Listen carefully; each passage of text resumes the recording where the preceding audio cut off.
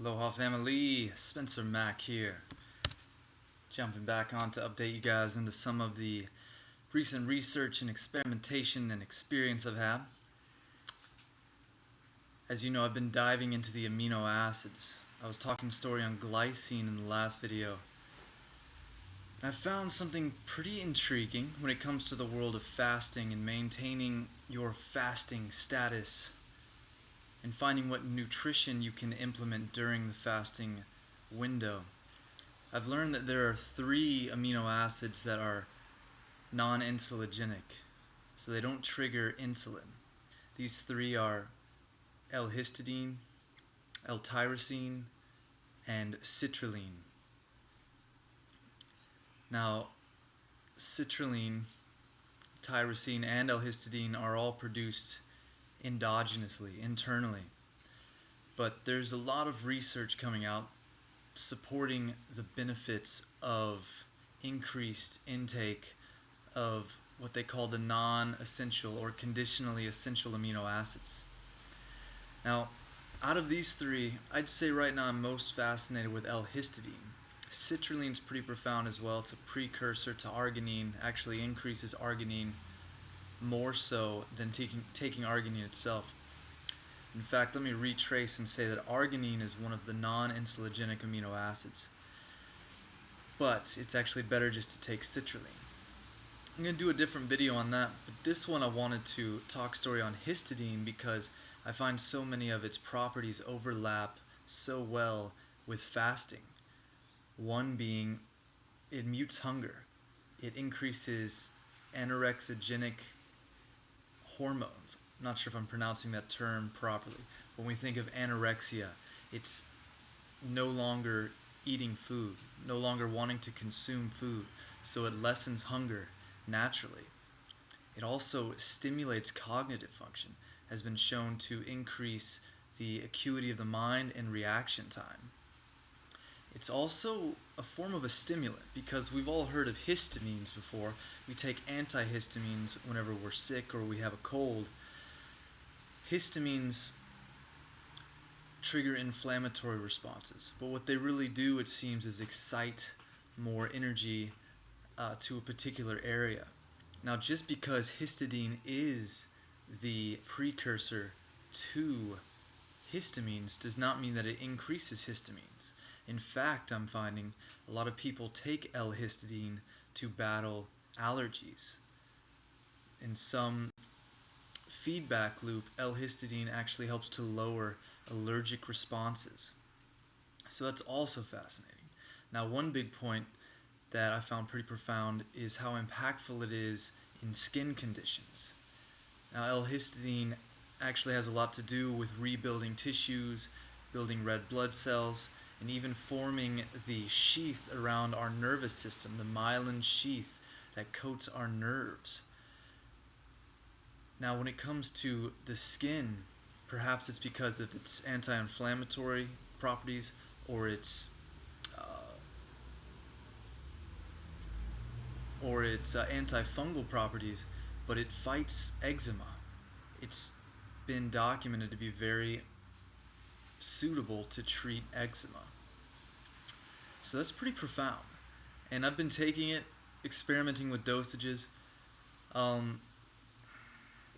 Perhaps it's mainly the anti-inflammatory effect that really treats eczema the best. But there's a lot of, if you go on Amazon, for instance, and you go look at bulk supplements, L-histidine supplementation, and you read the reasons, there's like 70-something different ratings on the product, and reading the reasons while people take it, it's pretty fascinating how well it works for skin conditions. Now, I really enjoy the excited mental acuity. It's almost like a stimulant. And the muted hunger during a fast. Dosages are a questionable thing, and I do put this in the realm of experimental, as always. It seems that it has been demonstrated safe in chronic consumption for dosages up to 4.5 grams over the daily allowance, how much you would normally get from your diet, which histidine is largely found in animal products, but increasing that by 4.5 grams has been demonstrated safe, seemingly.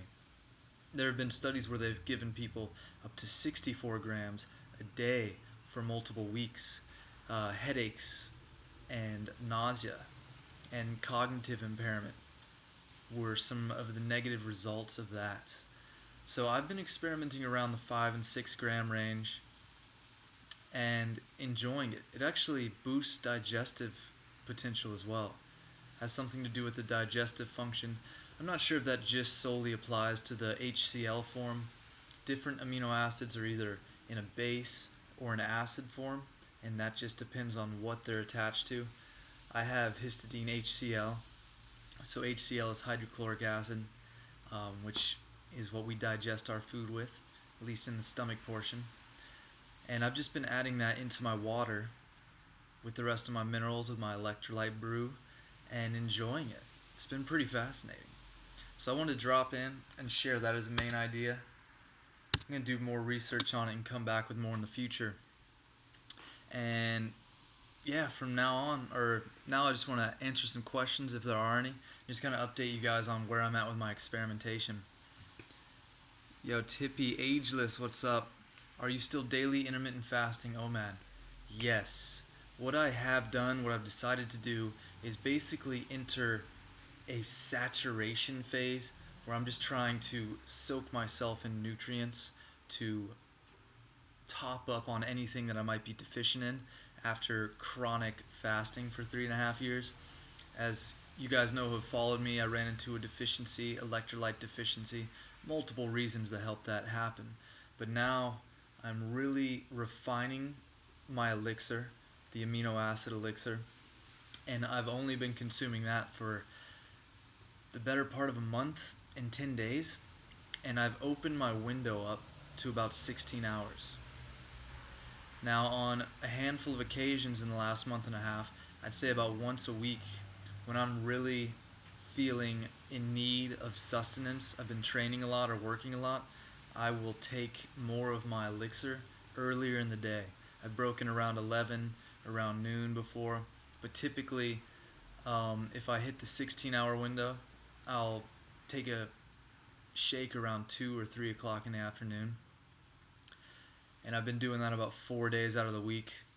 About 2 days out of the week, I've been just going all the way and just having everything for dinner around 8 p.m. And higher protein, high fat, a blend of lipids, which has been another interesting tangent of research I've been on. And it's been pretty trippy. I mean, I've stacked on like 15 pounds in the last month. I'm definitely not as defined as I was before. My knee, a couple joint injuries and chronic pains that I've had have gone away completely. Potentially this can be attributed to the glycine that I've taken or just the increased nutrition in general, but I believe the glycine and probably other amino acids that help with regenerating tissue. But that's a very welcome addition. I've also found this gym that I've been training at up the road, so that's been helping a lot for sure. Definitely putting on some weight and some bulk and feeling strong. Training heavy weightlift / CrossFit kind of training about 5 times a week. And higher in the protein, I've been anywhere from 150 to 250 grams in a day. And the same thing with my fat. I was doing a 1-to-1 ratio, protein and fat. Now I'm back to higher fat, starting to lower the protein.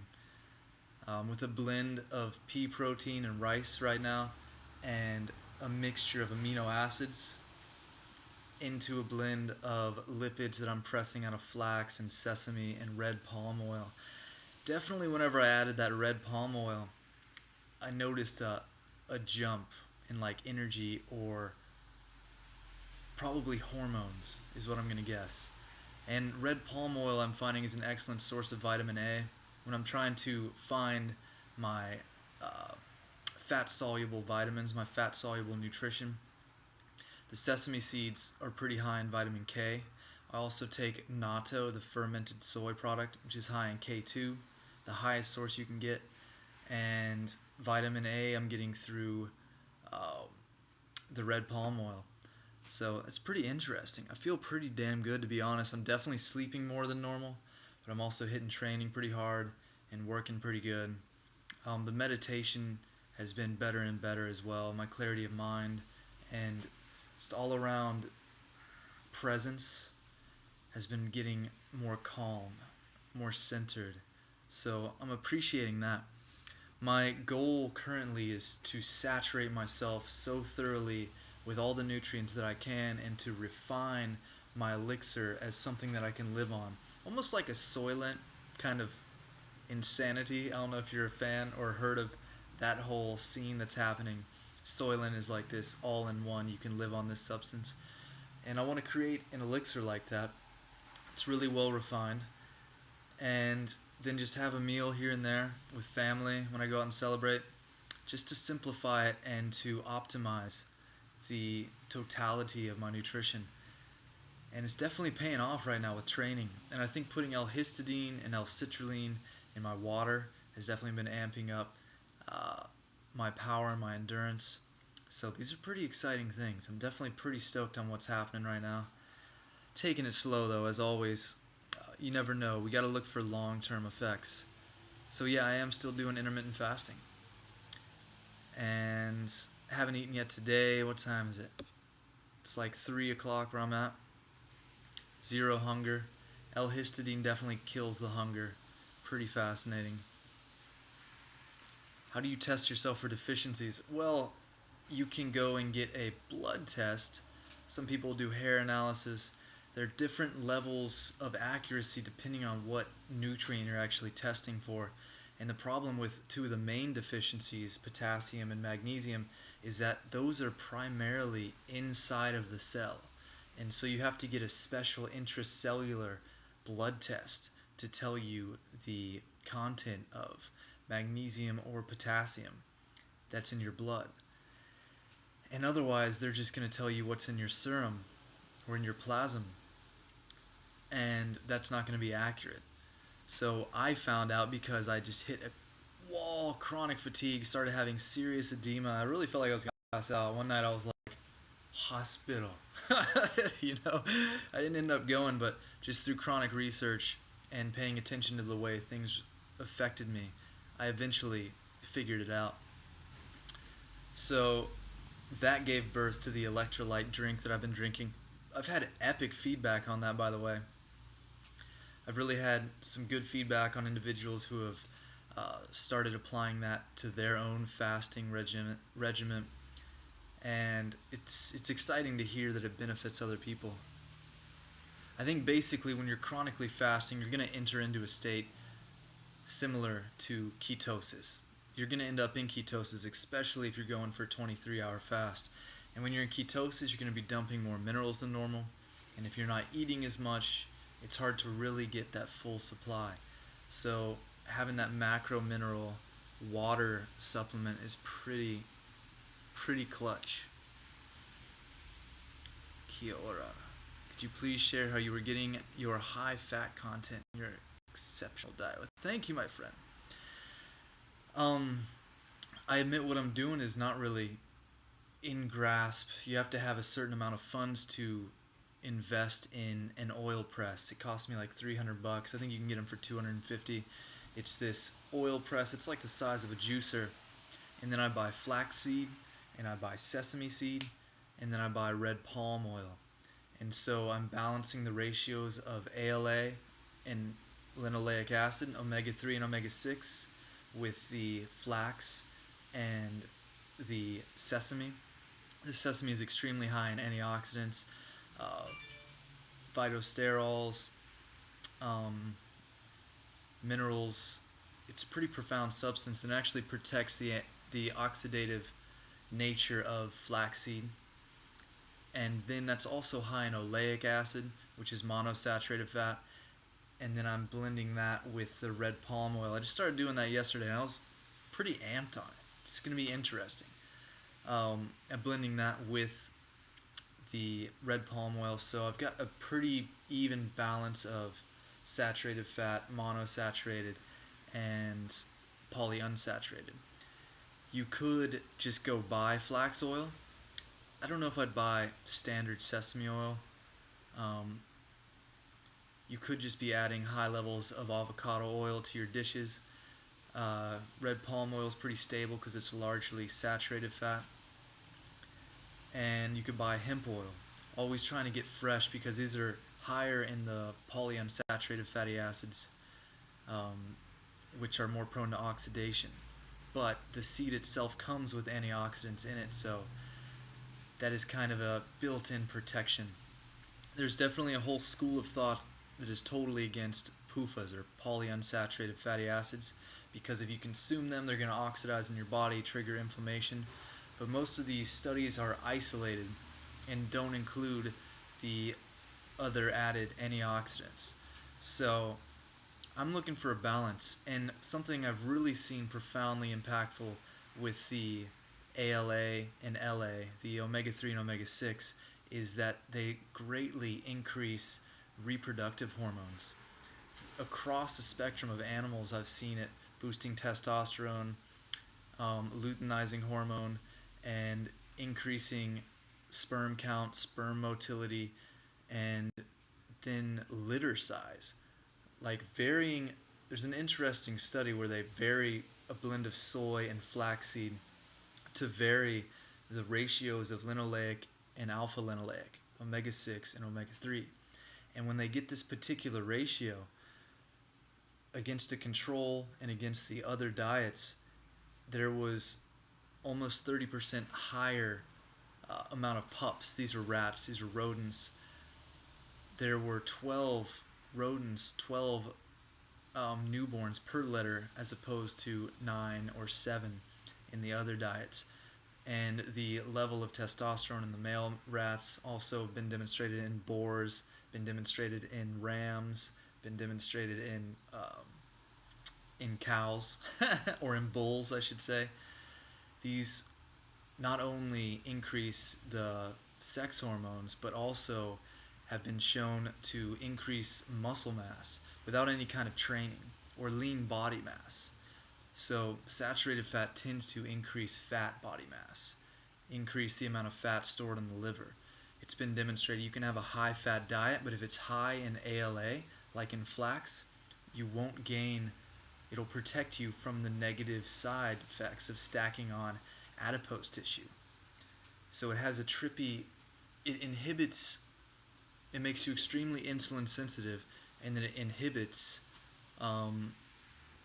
lipolysis, or the generation, lipogenesis, the generation of new fat cells. So it stops you from making new fat cells, and it increases the beta oxidation of fat cells you already have. So that's ALA, and that brings my mind back to L-histidine greatly increases insulin sensitivity, and actually there's some studies I'm seeing that it inhibits mTOR. And that's the name of the game when you're fasting. You want to shut off mTOR because you have a higher state of autophagy. So another bonus to L-histidine as a fasting amino acid. If you guys do research on this and you find anything interesting, definitely tune me in. But that's what I've seen so far. It actually can inhibit mTOR. And so those are the fats that I'm taking. ALA has been demonstrated just to boost insulin sensitivity, lower insulin, lower blood sugar.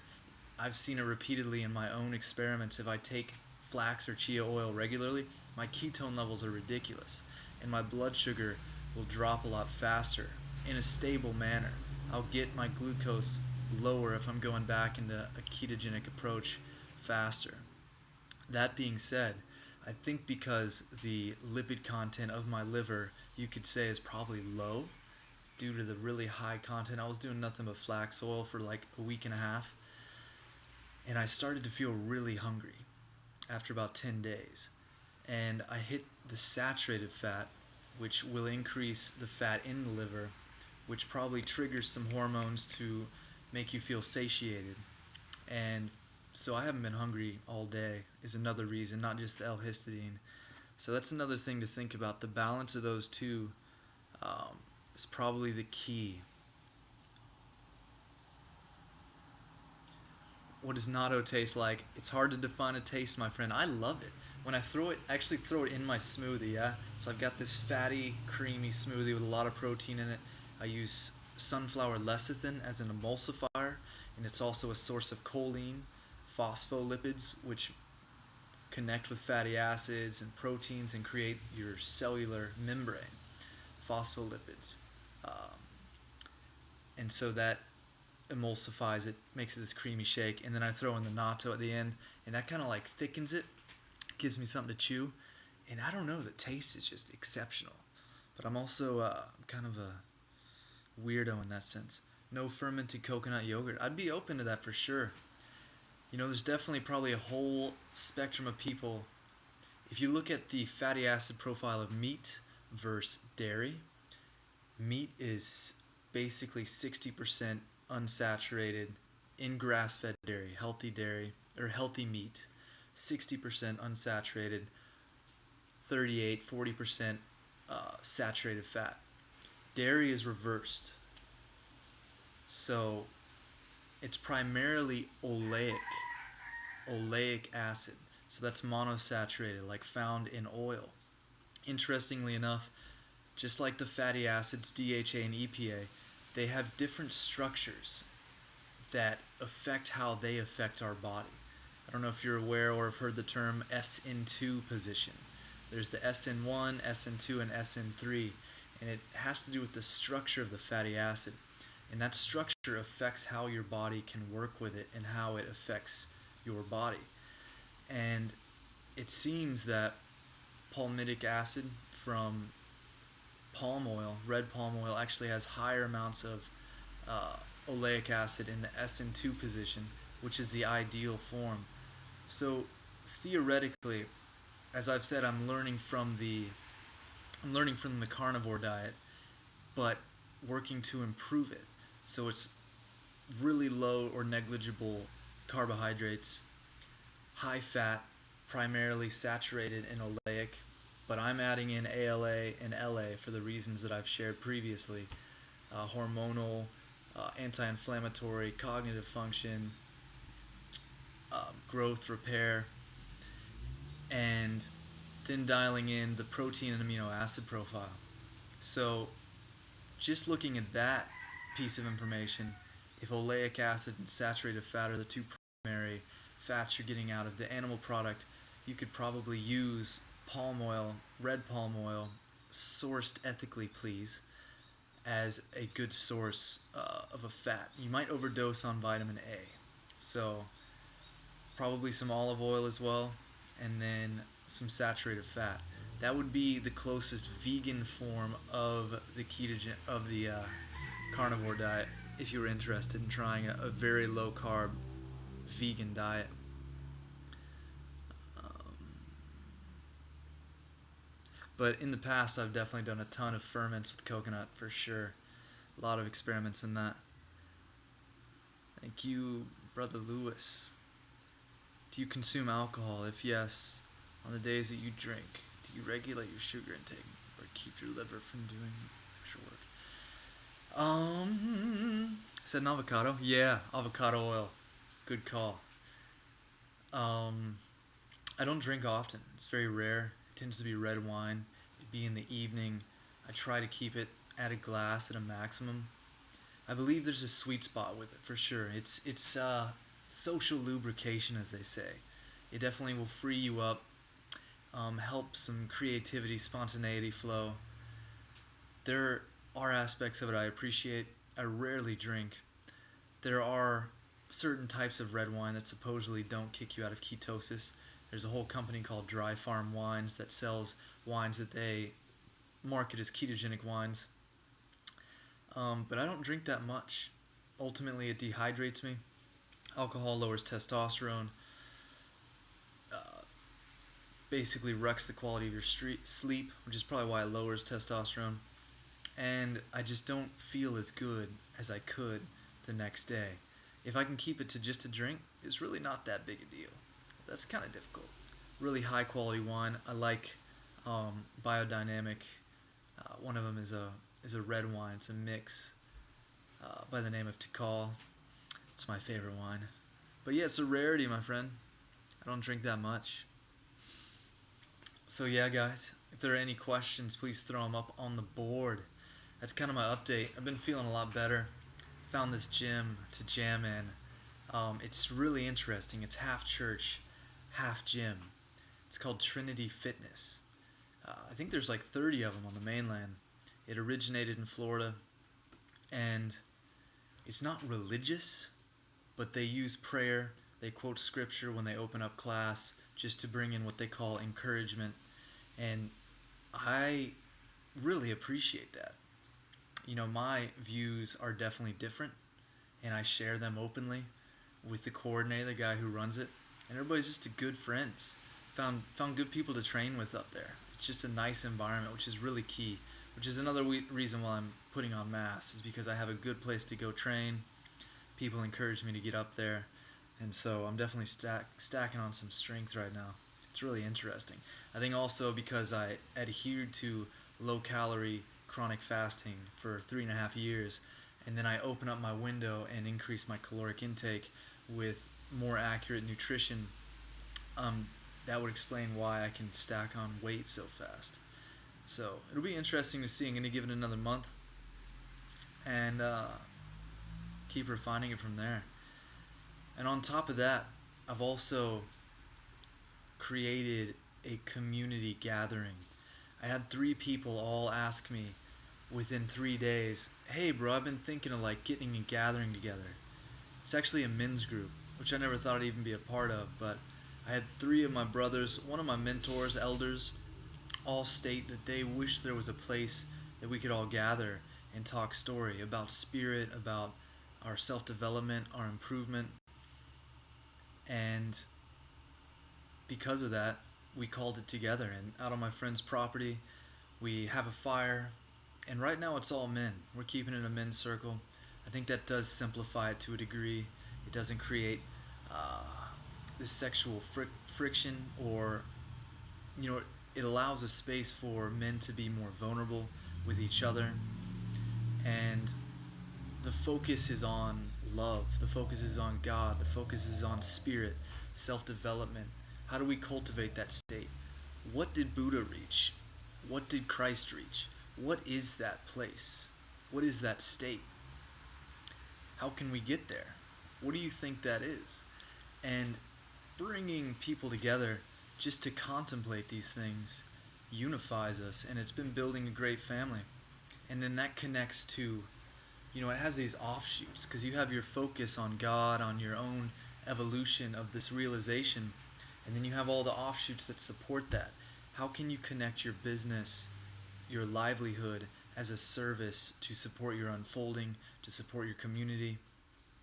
How can you develop your relationships, your own expression, your own practice to support your community, to support your livelihood?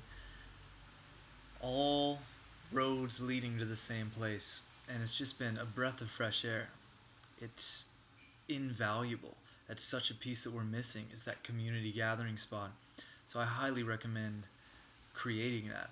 I was looking into ways to orchestrate these things, and Benjamin Franklin, back in his day, organized a group they called the Junto, Junto, which is Spanish for join, or the joining.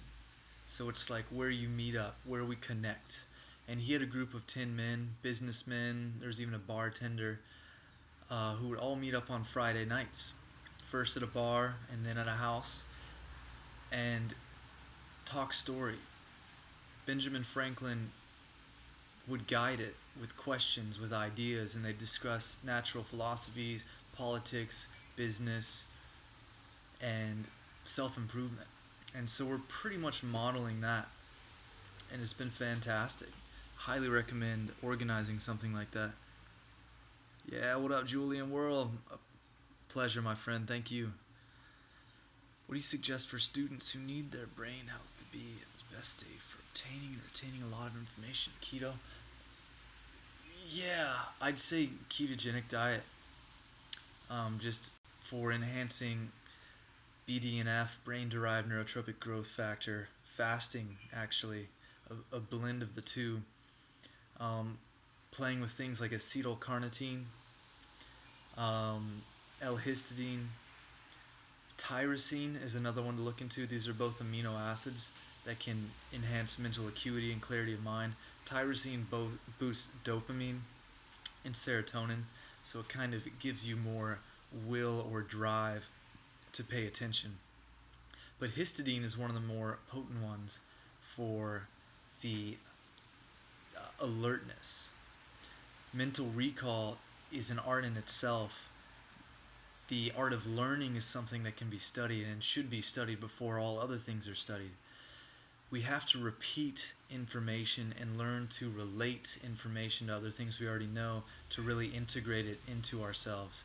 So, really getting good at distilling what you're learning, writing it down in cliff notes, and reviewing it before you go to bed and when you wake up, reiterating it, and it'll drive it in there, are very, very necessary ways. So really developing the way that you take notes and the way that you remind yourself of the most vital information. That and getting good sleep is extremely necessary, because that's when we reorganize our minds and get the structure and basically absorb and integrate the things we've learned. So mastering your sleep is also key. And just good health in general. Exercise increases IQ. It increases brain-derived neurotrophic growth factor, increases confidence, alertness, mental acuity, exercise, fitness.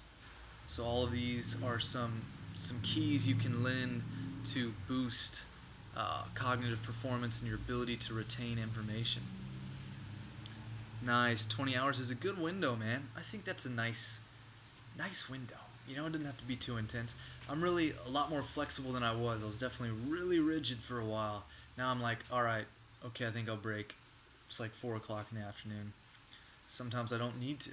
And I'm working to get myself to a place where I literally don't need to, because I'm just saturated in nutrition.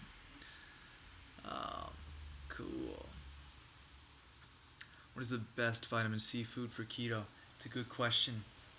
You could supplement it. You could get a plant extract source.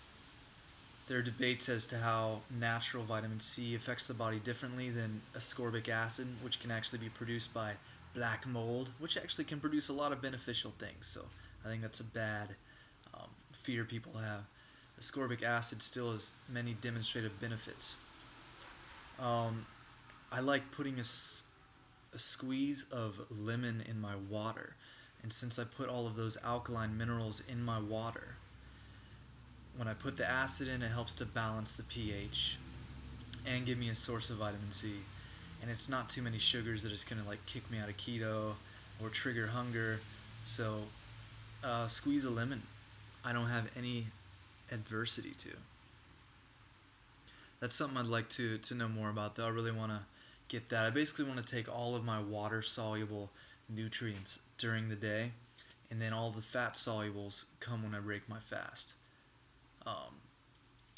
It's another thing I learned about glycine and histidine that are different.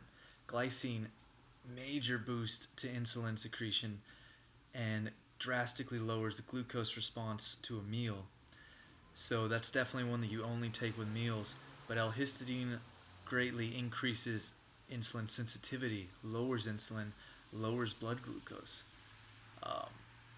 So, like I said, it's a profound amino acid. I like avocados. Avocados are delicious, man. Mangoes too. Oh my god, it's been a long time since I've had mango. I used to be obsessed with them because the fruiting season is right aligned with my birthday. It's funny how I don't miss normal food at all. The elixir that I've made is so compact and complete and satiating. As long as I got one of those and I can make one of those, I can travel with it. Zero thought of wanting anything else, in all honesty. So it's been really easy to adhere to. So that's about where I'm at, guys. Appreciate y'all for tuning in. I would love feedback, any kind of curiosities, things you'd like to know more about. I'm open to a broad spectrum. I was thinking of having more of a journal and doing a daily video, just jumping on here, just kind of an update, an overall update like I'm doing today, as opposed to isolating specific things. I may share a specific topic, but talking story and going across a broad span with some focus on some aspect, I find myself more drawn to. So if you guys are interested in that, say here on that one. Um, and yeah, things are going good, guys. Appreciate y'all tuning in. Share the questions, comments. Share this video if you found it useful. Subscribe if you are not already. Hit the notifications if you want to know when I jump on here for other lives in the future. And lots of love, guys. Yeah, appreciate you, Ruben. Hope I pronounced your name properly. Lots of love to you. I appreciate the support. Mondelo. Dope name. Until next time, my friends. Lots of love and aloha.